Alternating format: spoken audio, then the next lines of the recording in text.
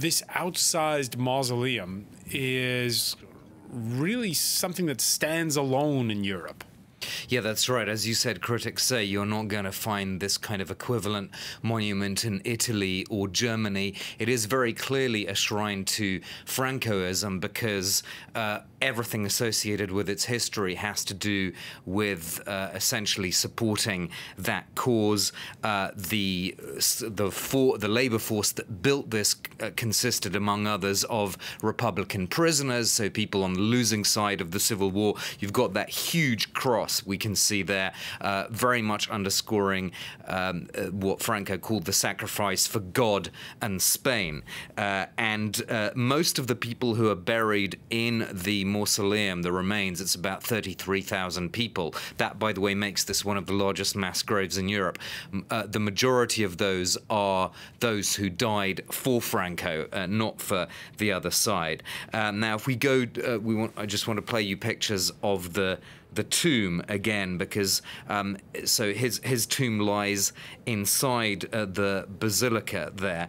It's interesting that there's no official record showing what he wanted to happen after he died. So this sort of has given ammunition, in a sense, to critics who say there's absolutely no reason why he absolutely has to be there. It was politically the obvious choice in 1975, but things could change. One other location that's been mooted is the crypt where his wife is buried.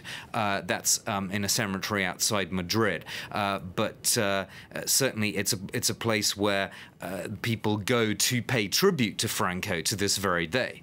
Yeah, and Spain has since sagged to democracy. We've known in the past couple of years there's more political instability. There's been a more polarized political front. But how much does this issue still matter?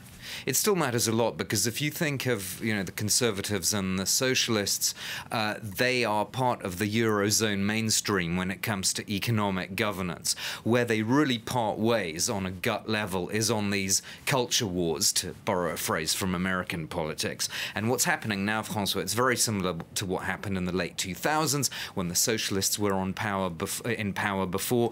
In 2007, they passed something called the Law of Historical Memory, which allowed for state funding for projects that were supposed to, in a sense, deal with this whole legacy of the Civil War. But then what happened a few years later, the Conservatives got back into power and they stopped funding for those projects. Now the Socialists are back in power, so they're restarting this whole thing. So this tug of war has been going on for at least 10 years, if not more. But I think what's slightly different today, Francois, is that the difference from 2007, when that law was passed, is that the Catalan crisis has really polarized society even more.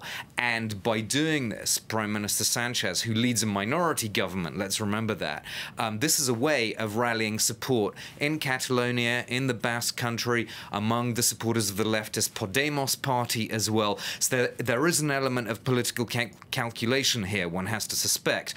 To be fair to Pedro Sanchez, that same law which I mentioned in 2007, the Historical Memory Law, it did allow for an overhaul of this Valley of the Fallen where Franco is buried. So it's not as if this is a completely new thing. This does, in a sense, take up an earlier thread. But given the fragility of his government, there might be an element of political calculation in what he's doing here too. All right, many thanks for that, Armin George.